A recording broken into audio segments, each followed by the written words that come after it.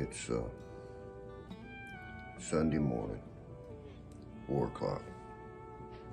I have a couple of Folgers with me here. I got stories to tell.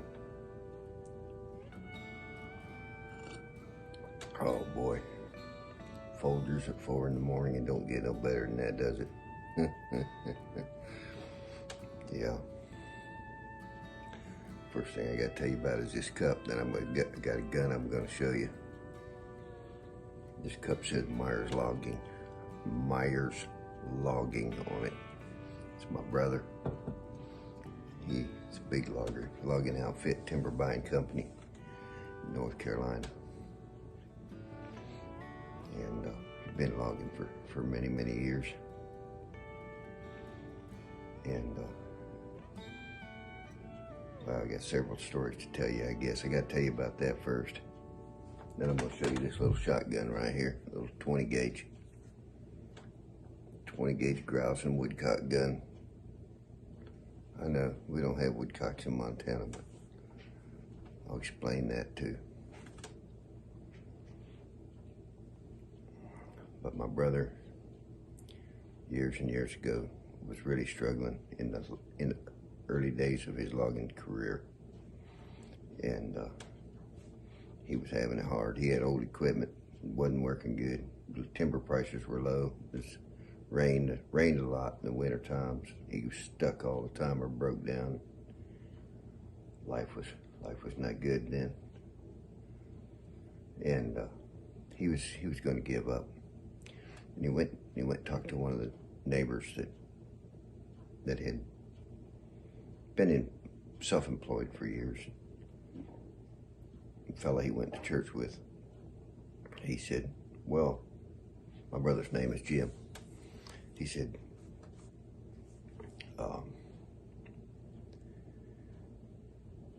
what are you going to do if you quit? What are you going to do? You're going to go work for somebody? You know, you got a young wife, a little family. What are you going to do? And he said, I don't know if I would just jump out. He said, maybe just try it one more year. Try it just a little bit longer. So my brother did, and now he's real successful. He's been successful for a long time. I'm guessing he's been logging for at least 40 years now, and really done well for himself. And that brings up one story brings up another, right? But there's an old saying that when the going gets tough, keep going. So if you're out there and the going's tough, I want you to think about that. Keep going. Had a friend years ago that trained draft horses. He was a draft horse man, and he worked draft horses on his little farm, but he trained draft horses for other people too. And he told me one day, he said, you know how to stop a runaway? I said, no. I was interested. I thought, okay, this sounds interesting. He said, you have a team that jumps and runs. He said, you hang on till you can't hang on anymore. And then he said, when you can't hang on anymore, you hang on just a little bit longer. He said, you'll get them stopped. So that's my life lesson for today. Now, a little 20 gauge. It's a French-made 20 gauge. And I can't say the name on it. I never had much respect for French-made doubles till this one. Berthol or Berthol, I'm not sure how you pronounce that. I can't speak French. I can say rendezvous. This little 20 gauge is a dandy little gun. It came with this strap on it. And those of you guys that know me know that I trade some side-by-sides, some nice ones.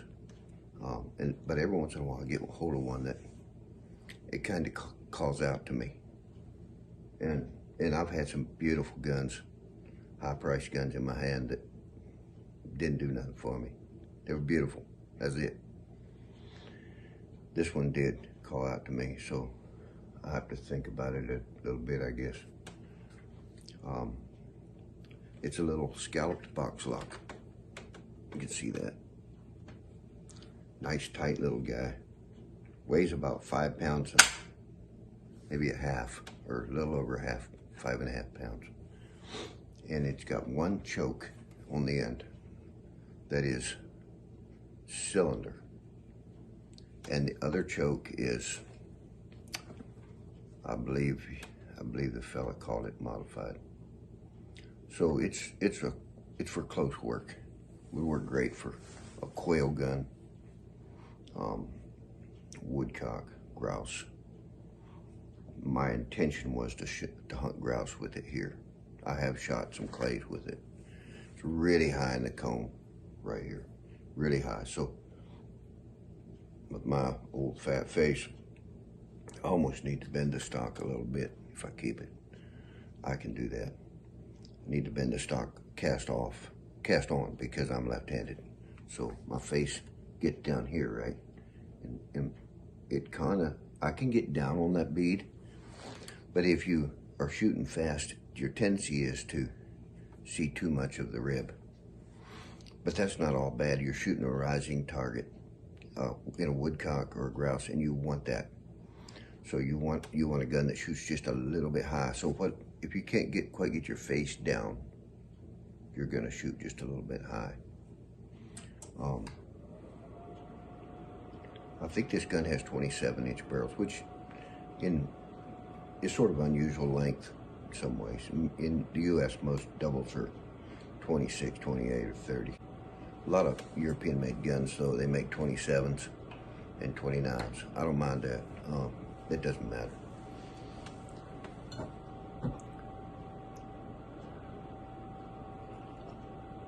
I got to keep this video from getting too long. They get too hard for me to download and send to my son, who does all the actual work of putting these together.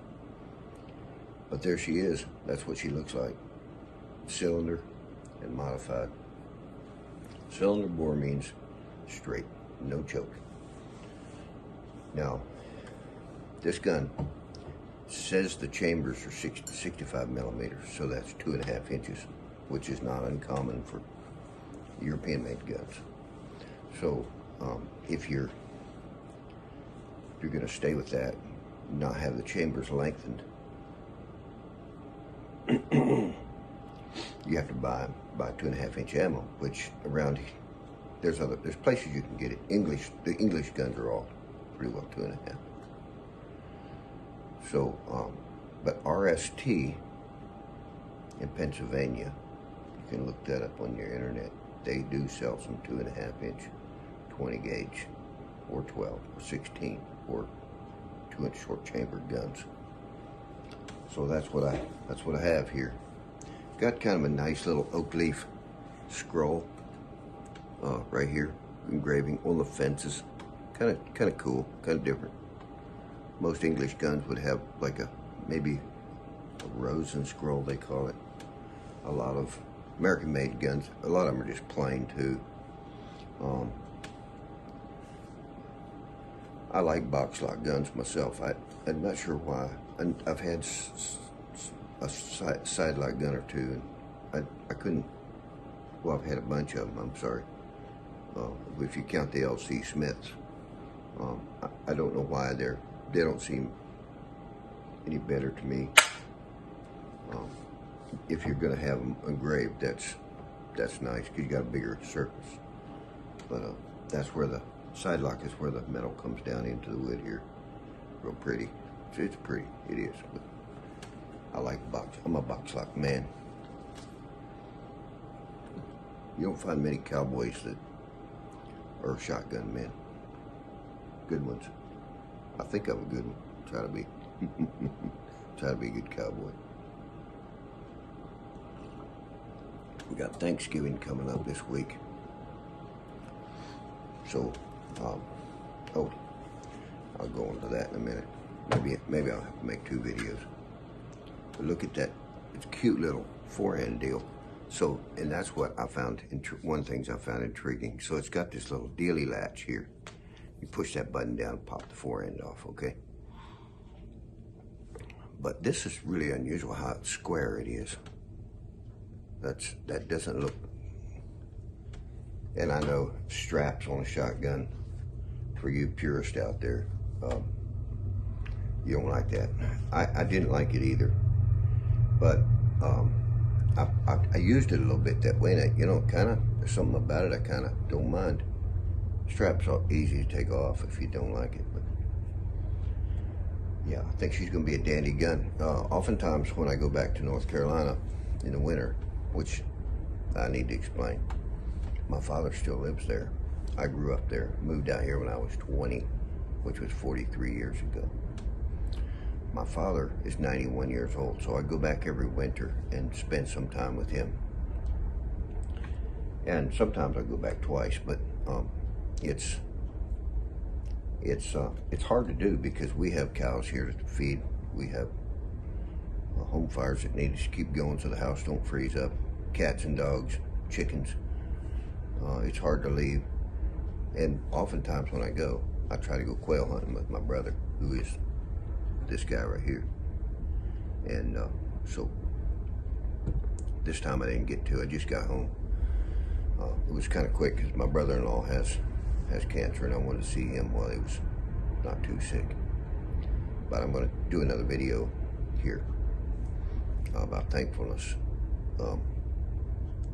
But the two life lessons that I've got for today are: don't give up and be thankful. God bless. I love you guys.